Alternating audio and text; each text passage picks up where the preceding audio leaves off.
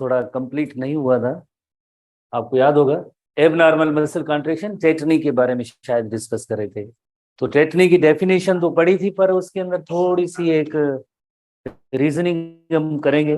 Reasoning ये है कि जैसे आपको पता है कि टेटनी का जो मेन रीजन है या मेन काज है वो है low level of calcium in the blood है। Low level of calcium in the blood, ऐसी कंडीशन को हम कहते हैं हाइपोकैल्सीमिया।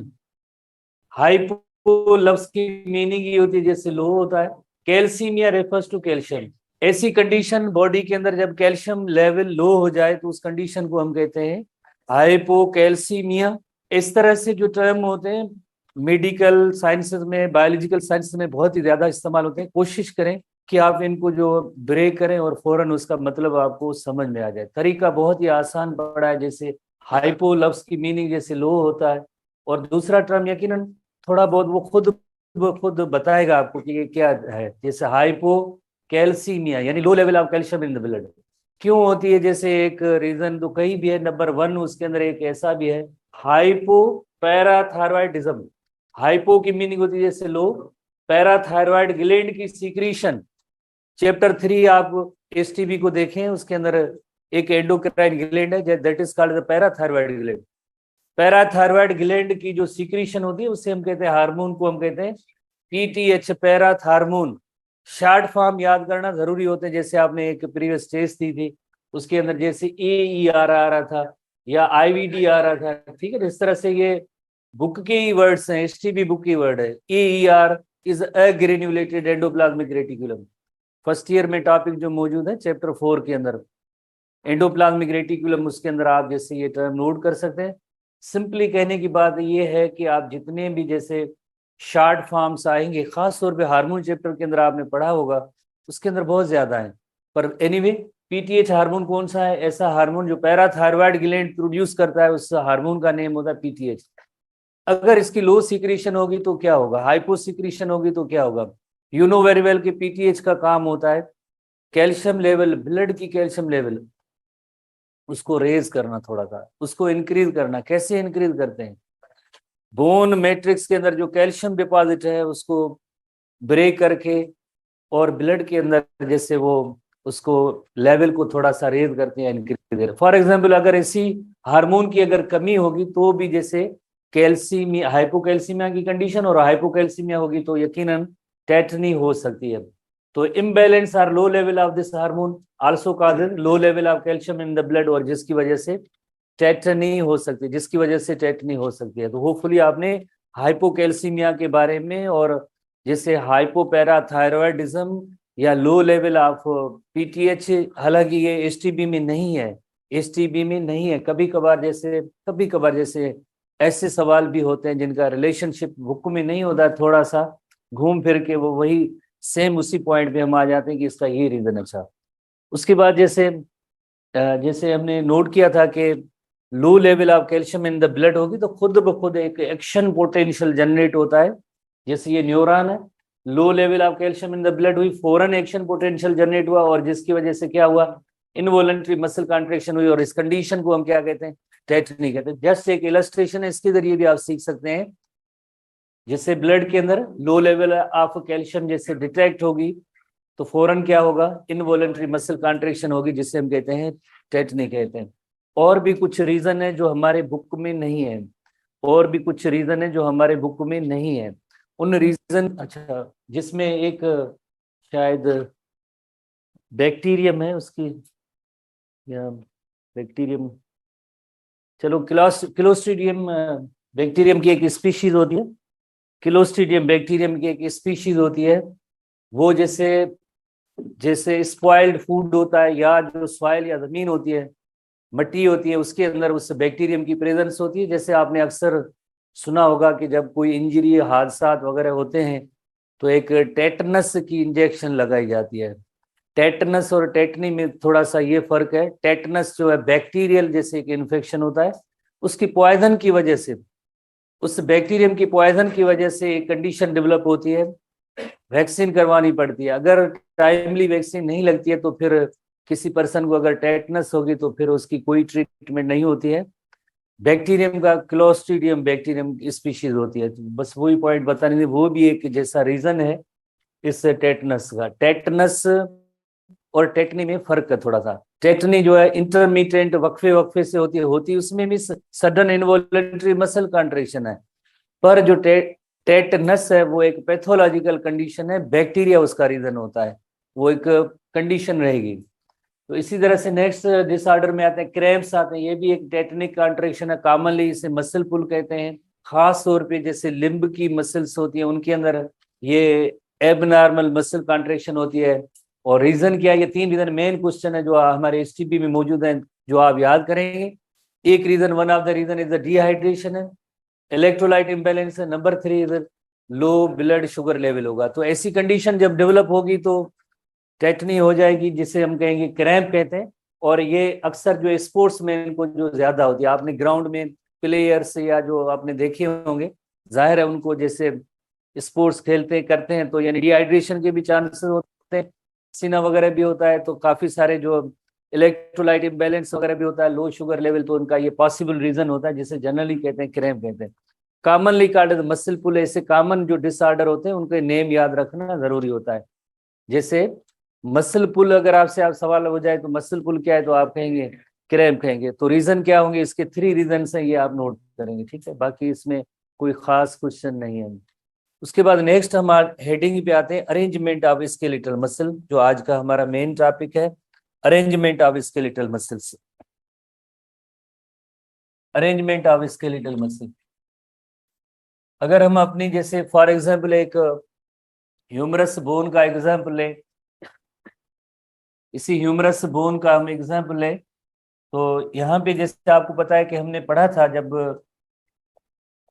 मस्कुलर सिस्टम डिस्कस कर रहे थे, तो हमने नोट किया था कि जो मसल जो अटैच होती है बोन के साथ थ्रू टेंडन के जरिए होती है, टेंडन के जरिए होती है, टेंडन होती है। और उसमें हमने ये पढ़ा था कि जो स्टेशनरी पार्ट होता है उसे हम कहते हैं ओरिजिन कहते हैं, और मूवेबल पार्ट होता है उसे हम इंसर्शन कहते हैं, मूवेबल पार्ट को हम इंसर्शन कहते हैं। और मसल की जो अटैचमेंट है, अटैचमेंट किसके साथ है, जो स्टेशनरी पार्ट के साथ होगी तो उसे हम कहेंगे ओरिजिन, और मूवेबल पार्ट के साथ होगी उसे हम इंसर्शन कहते हैं। यू नो वेरी वेल, हमने एक और भी क्वेश्चन मसल के हवाले से पढ़ा था, जब मसल में कॉन्ट्रेक्शन होती है और बदले में टेंडन क्या करता है, उसी बोन को जो मूव कराता है, ये इनकी जैसे मैकेनिज्म।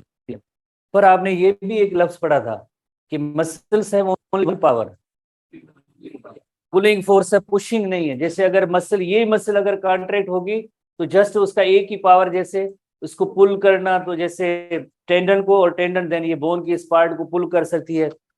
तो यानी इस मसल का इतना ही काम है। अगर फॉर एग्जांपल हम अज्यूम करें कि हमारे पास ओनली वन टाइप की मसल हो, एक ही टाइप की मसल हो, तो उसका काम भी एक ही किस्म का हुआ ना, तो पुल पुश नहीं, तो इसने तो पुल कर दिया, क्या हमेशा के लिए यहीं पे रहेगी फॉर एग्जांपल, क्योंकि बिकॉज अगर हम कहें ना कि यही मसल, हम अज्यूम करेंगे यही मसल इसको धक्का दे, नहीं, उसके लिए क्या होता है, एक मसल का एक और ग्रुप होता है, because muscles have only one power, pulling force contract करते हैं, रिलैक्सेशन उसका काम नहीं होता।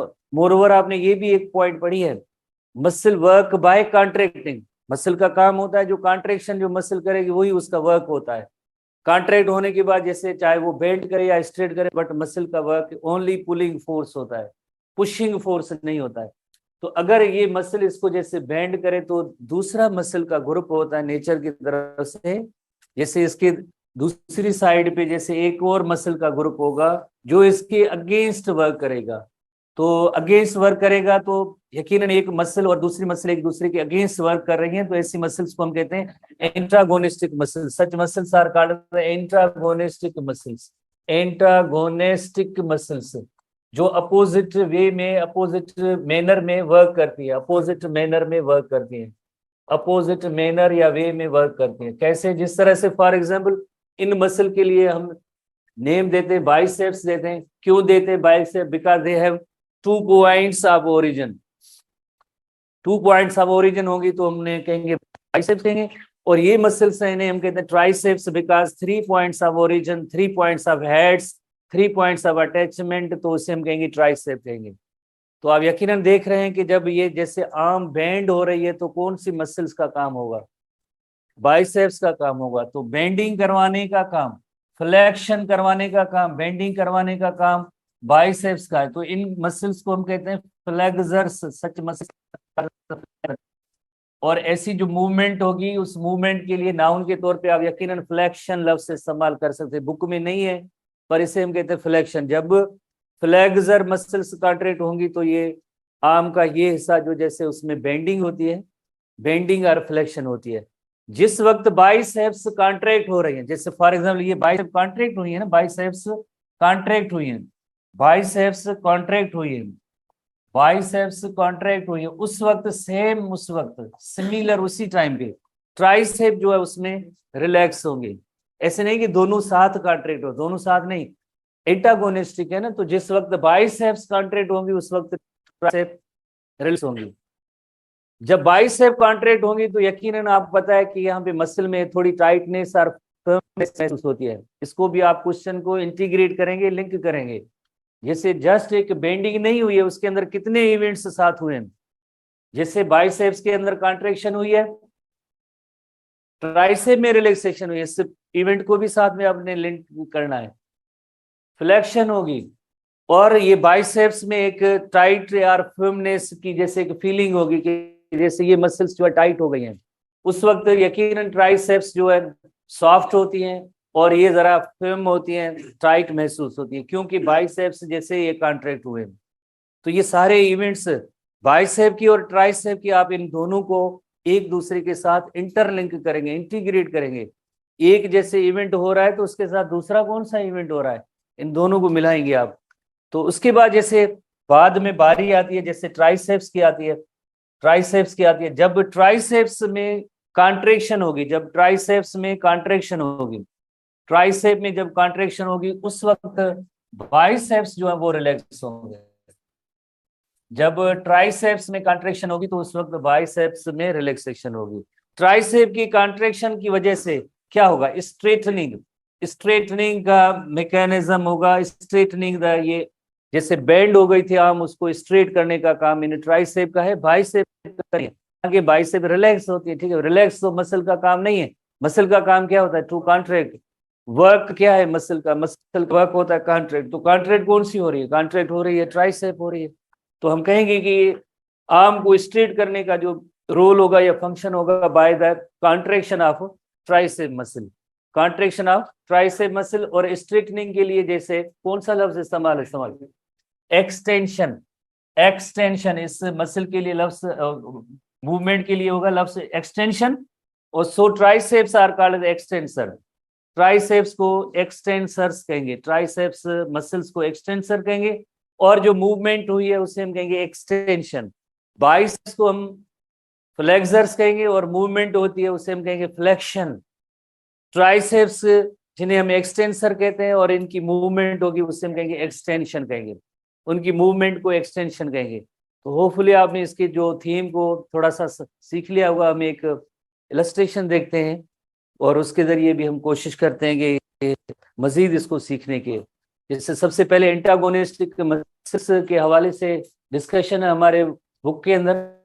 Work in pair, skeletal muscle work in pairs with one working against the other. जैसे आपने देखा फ्लेक्सर जैसे कॉन्ट्रैक्ट हो रही है तो एक्सटेंसर रिलैक्स हो रही है, एक्सटेंसर जब कॉन्ट्रैक्ट होती है तो फ्लेक्सर रिलैक्स होती है। तो हम कहेंगे ये एक दूसरे के अगेंस्ट वर्क करते हैं।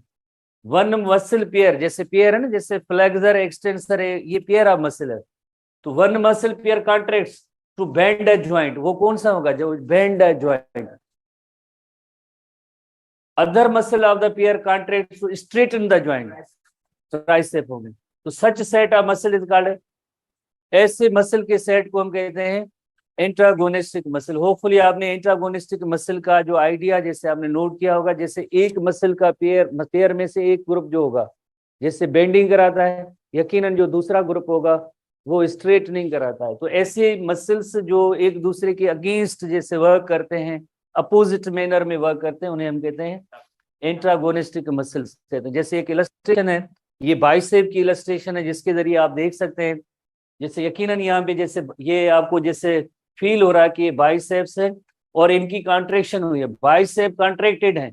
और सिमिलरली उसी वक्त आप जैसे देखेंगे ट्राइसेप जो है वो रिलैक्स है, ट्राइसेप्स जो है रिलैक्स है, बाइसेप्स जो है वो कॉन्ट्रैक्टेड है, बाइसेप्स कॉन्ट्रैक्टेड है, और सेम उसी वक्त ट्राइसेप रिलैक्स है, रिलैक्स आर एक्सटेंडेड है। थोड़े से अल्टरनेटिव टर्म्स हैं वो भी आप थोड़े से नोट करते जाएंगे, एक्सटेंडेड, एक्सटेंसर, एक्सटेंशन, तो वो सब किससे रिलेटेड होंगे, ट्राइसेप से, ठीक है ना। तो जैसे बाइसेप में कॉन्ट्रैक्शन हुई है तो देखिए मूवमेंट का डायरेक्शन, तो ये मूवमेंट का डायरेक्शन फ्लेक्शन है, बेंडिंग है, तो बेंड है ज्वाइंट।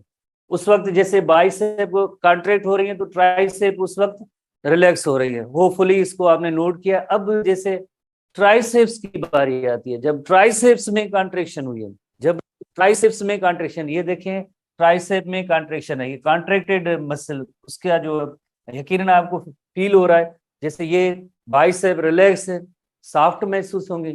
पहली तस्वीर और इसमें आप थोड़ा सा फर्क ही नोट करेंगे, जब ट्राइसेप कॉन्ट्रैक्ट होती है, ट्राइसेप कॉन्ट्रैक्टेड है तो बाइसेप रिलैक्स होंगे, और ये जो आर्म जो है स्ट्रेट हो जाती है, आर्म जो है स्ट्रेट हो जाती है। ये किसका काम होगा, यकीनन ये ट्राइसेप का होगा। अब हम इन दोनों को कंपेयर करते हैं साथ में, बाइसेप और ट्राइसेप में क्या फर्क है। जैसे बाइसेप की यहाँ पे कॉन्ट्रैक्शन हुई है तो सेम उस वक्त ट्राइसेप रिलैक्स हुई है। इसी तरह से ये देखिए जब ट्राइसेप में कॉन्ट्रैक्शन हुई है, रिलैक्सेशन हुई है, जब बाइसेप में कॉन्ट्रैक्शन हुई है तो फ्लेक्शन हुई है, और ट्राइसेप में जब कॉन्ट्रैक्शन हुई तो स्ट्रेटनिंग हुई है। तो आप इस तरह से जो आप इंटीग्रेट करेंगे दोनों, जिस तरह से डायग्राम्स को आप इसमें होपफुली समझ सकते हैं कि इन दोनों का एक किस वे में एंटागोनिस्टिक फंक्शन है। एंटागोनिस्टिक की मीनिंग होती है जैसे अपोजिट इफेक्ट प्रोड्यूस किया, बाइसेप ने फ्लेक्शन की और ट्राइसेप की कॉन्ट्रैक्शन की, वही तो होपफुली आपने इसको सीख लिया होगा। एक और मजीद है जो हमारी बुक में नहीं है, बुक में एसटी में नहीं है, जैसे कल आपने कहा था, सही बताया, not in STB not in GT, शेयर हो not in STB not in GT. अगर एसटीबी में नहीं है तो आपकी जीटी में वो सवाल नहीं आएगा, not in STB not in GT. पर कभी कभार जो है टेस्ट लेने वाले इदारे होते हैं ना, कभी कभार ऐसे सवाल भी देते हैं, फिर कहते हैं कि पता नहीं ये क्या होगा, बिकॉज ऐसा सवाल चंद साल पहले आया था, उसका कोई रिलेशनशिप तब था ही एसटीबी बुक, कोई और बुक भी नहीं था। जैसे अगर आप देखें हम अपने आर्म को इस तरह से बेंड कर सकते हैं और स्ट्रेट कर सकते हैं फ्लेक्सर्स और एक्सटेंसर की मदद से। सिमिलरली हम क्या अपने लेग को ऐसे बेंड नहीं कर सकते हैं। आप बेंड कर, जैसे अज्यूम करें फुटबॉल, जैसे ऑनलाइन के स्टूडेंट जैसे अज्यूम करें जैसे एक फुटबॉलर होता है, जैसे बॉल को किक लगाना चाहता है तो पहले स्टेज में क्या करेगा, यकीनन अपने नी की पोजीशन पे बेंडिंग कराएगा, जैसे बेंड करेगा और उसके बाद जैसे फौरन किक लगाएगा, किक लगाए तो वो स्ट्रेट हो जाएगी। तो ये बेंडिंग और स्ट्रेटनिंग नहीं है क्या, यकीनन ये भी बेंडिंग और स्ट्रेटनिंग है। पर यहाँ कौन सी मसले होंगी जो बेंडिंग कराएंगे और इस लेग को स्ट्रेटनिंग कराएंगे, ये सवाल प्रीवियस ईयर में टेस्ट में आया था। तो आप जैसे देखिए ये फीमर बोन है, यकीनन आप थाई बोन का नेम आपको याद है, ये फीमर बोन है, और फीमर बोन इसकी नीचे वाली साइड पे जो फ्लैगजर मसल होती है जिसे कहते हैं हैमस्ट्रिंग मसल, थाई बोन की नीचे, थाई बोन है उसके नीचे जो मसल का ग्रुप होता है उसे हैमस्ट्रिंग मसल्स कहते हैं। और हैमस्ट्रिंग को आप सिंगल एक वर्ड में आप याद कर सकते हैं कि दे आर नी फ्लेक्सर, जैसे नी को ये flex or flexion or bending करा रहे हैं, कहाँ पे, फीमर से नीचे वाली साइड पे मसल का ग्रुप हैमस्ट्रिंग मसल्स कहते हैं, और ये क्या होते हैं, ये होते हैं नी फ्लेक्सर होते हैं। इसी तरह से अगर आप देखें जब यही नी जब ये स्ट्रेट होगी, स्ट्रेट होगी तो ये हिप रीजन, थाई रीजन के फीमर के अपर साइड पे जो बोन होती है वो क्वाड्रिसेप मसल्स होती हैं, और ये होती हैं quadricep muscles are knee extensor. Simply hamstring muscles are knee flexor, quadricep muscles are knee extensor. जैसे आपने याद किया था biceps are flexors, triceps are extensor, बिल्कुल इसी तरह से लेग के अंदर भी ऐसी ही मसल्स का पेयर होता है, एंटागोनिस्टिक पेयर होता है, जिनके लिए नी फ्लेक्सर्स और जैसे नी एक्सटेंसर, नी एक्सटेंसर क्या होंगे, क्वाड्रिसेप होंगे, नी फ्लेक्सर क्या होंगे, हैमस्ट्रिंग मसल है, हैमस्ट्रिंग मसल। ठीक है, तो ये थोड़ा सा एडिशनल सवाल है, टेस्ट में तो नहीं होगा, बहरहाल आप नॉलेज के लिए। एसटीबी की फर्दर पॉइंट्स एसटीबी बुक के हवाले से, ठीक है ना, जो बुक आपके पास मौजूद है, जैसे skeletal muscle work in opposite pair because they only have one power, contracting power, यानी दे कैन पुल, पुश नहीं कर सकते हैं। जैसे वन सेट जो है टेंडन को जैसे पुल करता है, और बदले में टेंडन क्या करता है, टेंडन जैसे आर्म को मूव करता है। Another set of muscle pull on tendon, वो भी मसल जैसे वर्क करती है, टेंडन को पुल करते हैं, बदले में टेंडन जो होता है वो आर्म की बोन को जैसे पुल करता है, पुश करता है, जो भी है मतलब पुल करता है यकीनन। तो फिर उसमें जो मूवमेंट होगी, एक डायरेक्शन होगा, तो कॉम्बिनेशन ऑफ वेरियस मसल्स, जैसे हमारे इस ज्वाइंट के अंदर वेरियस मसल्स के ग्रुप हैं, उनकी कलेक्टिव कॉम्बिनेशन से वेरियस डायरेक्शन में मूवमेंट हो सकती है। जैसे हम अपने आर्म को फॉरवर्ड डायरेक्शन में ले जा सकते हैं, बैकवर्ड डायरेक्शन में ले जा सकते हैं, हम अपने आर्म को जैसे इस तरह से मेन बॉडी से दूर भी ले जा सकते हैं, टुवर्ड्स द बॉडी भी ले आ सकते हैं, इवन हम अपने आर्म को गोल भी घुमा सकते हैं। वाई? बिकॉज यहाँ पे मसल के डिफरेंट एंटागोनिस्टिक पेयर्स मौजूद हैं, और वही जैसे इनकी कॉम्बिनेशन से वेरियस डायरेक्शन में मूवमेंट होती है। तो इसी तरह से जो बाइसेप और ट्राइसेप के बारे में अभी हमने पढ़ा था, क्या है बाइसेप और ट्राइसेप? बाइसेप एंड ट्राइसेप ये भी एक एंटागोनिस्टिक मसल है। जब बाइसेप कॉन्ट्रैक्ट होती है तो आपको पता है क्या होता है, आर्म बेंड तो किस जगह पे, एल्बो जॉइंट पे, और उसके बाद इस बाइसेप में क्या महसूस होता है, ये यकीनन यहाँ पे फर्मनेस महसूस होती है और टाइटनेस महसूस होती है। तो क्या होता है उस वक्त, सेम उसी वक्त, जैसे आपको याद होगा हमने कहा कि इसको आपको इंटीग्रेट करना होता है उस दूसरे पेयर के साथ, सेम उसी वक्त पे ट्राइसेप रिलैक्स होती हैं और सॉफ्ट होती हैं। अब जैसे ट्राइसेप की बारी आएगी नेक्स्ट जो है। अच्छा, इसके अलावा एक और जो टर्म है, एसटीबी का नहीं है बट रिलेटेड, कभी कभार में भी जैसे मैं सोचता हूँ कि ऐसे सवाल टेस्ट वगैरह में भी आ सकते हैं। जैसे देखिए ये कौन सी जैसे डायरेक्शन है मूवमेंट की, फ्लेक्शन है, फ्लेक्शन में कौन सी मसल्स कॉन्ट्रैक्ट होती हैं, और उस वक्त ट्राइसेप रिलैक्स होती हैं। जो मसल रिलैक्स होती है उसे कहेंगे एंटागोनिस्ट, ऐसी मसल को कहेंगे एंटागोनिस्ट कहेंगे। जो मसल कॉन्ट्रैक्ट होती है उसे अगोनिस्ट कहेंगे, ऐसी मसल को अगोनिस्ट कहेंगे। जो मसल कॉन्ट्रैक्ट हो रही है वो उस मसल को कहेंगे अगोनिस्ट कहेंगे। जो मसल उसी वक्त सेम जो रिलैक्स होती है उसे एंटागोनिस्ट कहते हैं। अगोनिस्ट जो कॉन्ट्रैक्ट होगी, एंटागोनिस्ट जो उस वक्त सेम उस वक्त रिलैक्स होगी। अब जैसे देखिए स्ट्रेटनिंग का काम हुआ है, स्ट्रेटनिंग में कॉन्ट्रैक्शन किसकी होती है, ट्राइसेप। तो ट्राइसेप जो मसल कॉन्ट्रैक्ट हो रही है तो वो क्या होगी, अगोनिस्ट होगी। और सेम उस वक्त बाइसेप रिलैक्स होती है, रिलैक्सेशन के लिए कौन सा टर्म इस्तेमाल है, एंटागोनिस्ट। सिंपली आप लफ्ज याद करेंगे, जो पेयर ऑफ मसल के अंदर जैसे अगर कोई कॉन्ट्रैक्ट हो रहा है तो वो मसल अगोनिस्ट है, और सेम उस वक्त अगर वही मसल उसका जो दूसरा पेयर होगा वो रिलैक्स होगा, उसे एंटागोनिस्ट कहेंगे। ठीक है, एक अगोनिस्ट और दूसरा एंटागोनिस्ट। बुक में नहीं है और नहीं हमारी जीटी वगैरह में होगा, आएगा ये सवाल। उसके बाद जैसे ट्राइसेप की बारी आई है, ट्राइसेप बाइसेप की कॉन्ट्रैक्शन के बाद जैसे tricep muscle which muscle open straighten joint, open या स्ट्रेटन और जॉइंट कौन कराता है, जैसे अभी हमने पढ़ा ट्राइसेप करते हैं। और ट्राइसेप जैसे उनको हम क्या कहेंगे, एक्सटेंसर कहेंगे। ट्राइसेप को एक्सटेंसर कहेंगे, बाइसेप को हम कहेंगे फ्लेक्सर कहेंगे। ये एक्सटेंशन है और ये है फ्लेक्शन है। ये जैसे कॉन्ट्रैक्शन हो रही है तो यानी बाइसेप का काम है, और ये स्ट्रेटनिंग हो रही है ट्राइसेप का काम है। तो होपफुली आपने बाइसेप और ट्राइसेप को समझ लिया होगा। और उसके बाद जैसे शोल्डर ज्वाइंट की तरफ आते हैं, जैसे हमारा शोल्डर ज्वाइंट आपको याद है, आपने पढ़ा भी है, बॉल एंड सॉकेट टाइप का ज्वाइंट है। और कैसे बनता है, एक ग्लिनोइड कैविटी होती है स्केपुला की, और उसके अंदर ह्यूमरस बोन का हेड होता है जो 4 टाइप लार्जर होता है, उसके साथ जाके आके अटैच होता है। और एक बहुत ही एक एफिशिएंट टाइप का मूवमेंट के हवाले से एफिशिएंट टाइप का ज्वाइंट है, वेरियस डायरेक्शन में मूवमेंट होती है, glenohumeral joint. Such joint is called glenohumeral joint. Gleno लफ्ज किसको शो करता है, glenoid cavity, humeral humerus bone कौन सा पार्ट, उसका राउंड हेड कितना बड़ा होता है, 4 टाइम लार्जर देन कैविटी। ठीक है, और नेचुरली जैसे देखिए कैविटी की साइज छोटी है और हेड की जो साइज है वो बड़ी है। इसका एडवांटेज ये होगा कि एडवांटेज के वेरियस डायरेक्शन में जो मूवमेंट हो सके। अगर जैसे कैविटी बड़ी हो और हेड छोटा हो तो वो हेड कैविटी के अंदर जो है फंस जाता, इतने ज्यादा डायरेक्शन में मूवमेंट ना होती। तो नेचुरली ये एक एडवांटेज है या बेनिफिट है। अगर कैविटी जो छोटी होती है तो यकीनन उसकी जो मूवमेंट की डायरेक्शन जरा ज्यादा होते हैं। तो शोल्डर ज्वाइंट जो बॉल एंड सॉकेट टाइप का ज्वाइंट है, synovial joint with ball and socket joint. Synovial joint क्यों कहते हैं? Because synovial membrane, synovial cavity, synovial fluid होती है। ठीक है। ऐसे गिलीन जो कैसे बनाए ये ज्वाइंट, आर्टिकुलेशन और ज्वाइंट कैसे बनाए? गिलिनोइड कैविटी ऑफ द स्केपुला किसके साथ? Head of the femur bone. तो ऐसे ज्वाइंट को हम क्या कहेंगे? गिलेनो ह्यूमरल आर्टिकुलेशन या ज्वाइंट, गिलेनो ह्यूमरल आर्टिकुलेशन या ज्वाइंट कहेंगे।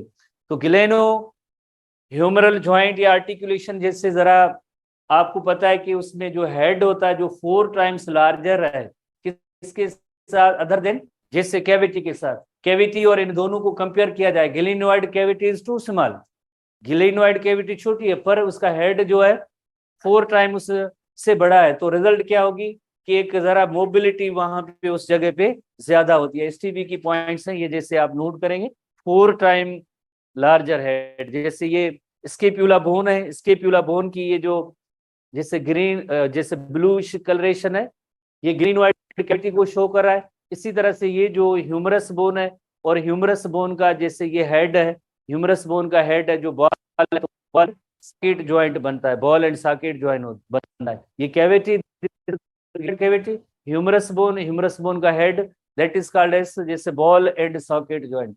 ठीक है। एक और इलस्ट्रेशन जैसे आपको पता है कि हमारे इस शोल्डर ज्वाइंट के अंदर जैसे ये ह्यूमरस बोन है और ह्यूमरस बोन का एक बहुत ही बड़ा हेड और जो कैविटी होती है बहुत ही छोटी होती है। इस कैविटी से ये हेड जो है 4 टाइम्स जो है लार्जर है। ठीक है। इस वजह से जरा जो मूवमेंट के डायरेक्शन होंगे वो जरा ज्यादा होंगे। तो उसमें एक मसल का ग्रुप है जिसे हम कहते हैं प्रोट्रैक्टर और दूसरी मसल का ग्रुप है रिट्रैक्टर होता है। प्रोट्रैक्ट लफ्ज की मीनिंग होती है आगे या फॉरवर्ड डायरेक्शन में। जैसे हम अपने आर्म को फॉरवर्ड डायरेक्शन में लेके जाते हैं, यकीनन ये इन प्रोट्रैक्टर मसल्स का काम होता है जो फॉरवर्ड डायरेक्शन में लेके जाते हैं। इसी तरह से ये यहीं पे नहीं होगी, यकीनन हम कभी जरूरत पड़ेगी तो बैकवर्ड भी करते हैं, तो बैकवर्ड ले जाने का काम किसका होगा? रिट्रैक्टर का होगा। तो हम क्या कहेंगे? प्रोट्रैक्टर्स आर एंटागोनिस्टिक टू रिट्रैक्टर। ठीक है ना। प्रोट्रैक्टर मसल्स का काम क्या हुआ? Muscles move the arm in forward direction. Retractor का काम क्या होगा? मसल को मूव करेंगे, इस आर्म को मूव करेंगे किस डायरेक्शन में? बैकवर्ड डायरेक्शन में। तो हम क्या कहेंगे? Protractor and retractors are antagonistic to each other. ये दोनों एक दूसरे के एंटागोनिस्टिक है, both are antagonistic to each other. ये एक दूसरे के एंटागोनिस्टिक है। उसके बाद एक इलस्ट्रेशन देखते हैं।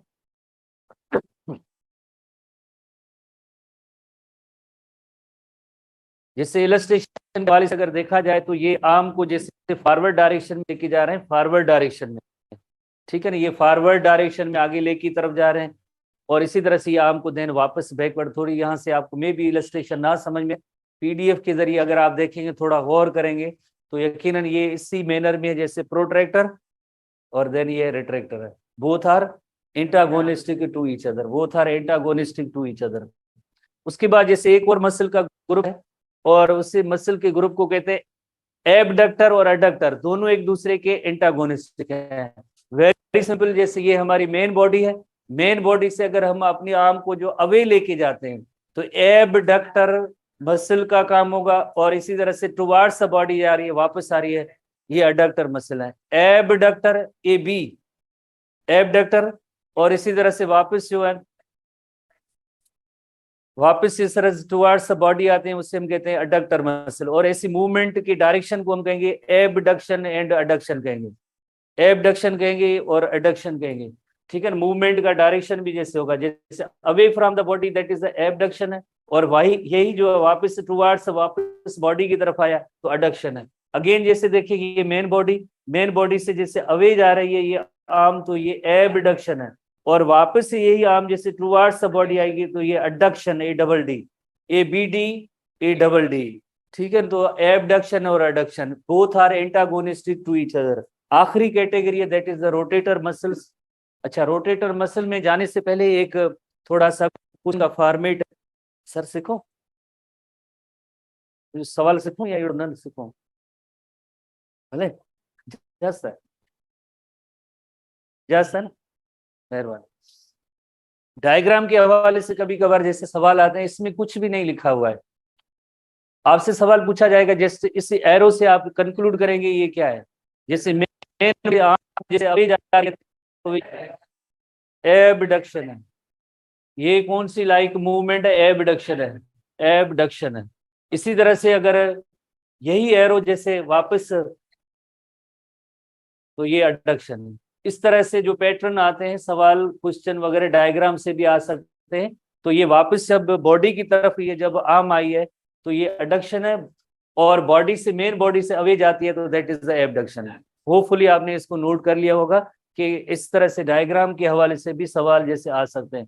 आखिरी कैटेगरी है मसल्स की, रोटेटर्स। रोटेट लफ्ज की मीनिंग ही जैसे सर्कुलर डायरेक्शन। जैसे फिजिक्स के अंदर आपने जैसे पढ़ा होगा कि यानी कोई भी चीज जैसे रिवॉल्व होती है on the part of the long axis, जैसे ये लॉन्ग यहाँ पे एक एक्सिस है, और इसी पे अगर हमारी आर्म जैसे रिवॉल्व होती है या गोल जैसे घूमती है तो यकीनन यहाँ पे एक ऐसा एक्सिस है जिसपे ये गोल घूम रही है। एक्सिस के हवाले से अगर देखें तो हमारा ज्वाइंट ग्लेनोह्यूमरल ज्वाइंट है, कैविटी है, और उसके ऊपर जैसे एक ह्यूमरस का हेड है, राउंड है, और इस वजह से यहाँ पे सर्कुलर डायरेक्शन में जैसे मूवमेंट्स हो सकती है तो उन्हें हम कहेंगे रोटेटर्स, रोटेटर मसल्स हैं। Rotate in all the direction in the even circular direction, this type of movement is called rotation. और ऐसी मसल्स के ग्रुप को हम कहेंगे रोटेटर मसल्स कहेंगे। Such muscles are called rotator muscles.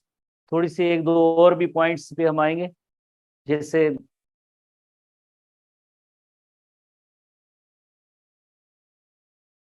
बटे मिनट आए ना, बटे मिनट आए ना मेरे साथ मथे थी वञ, मथे ते सुभाणे बोल गणेश।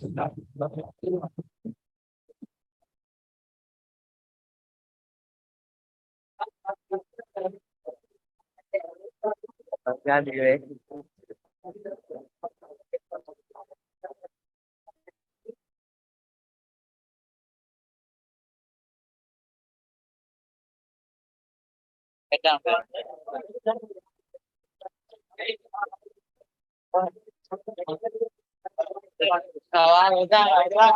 होता है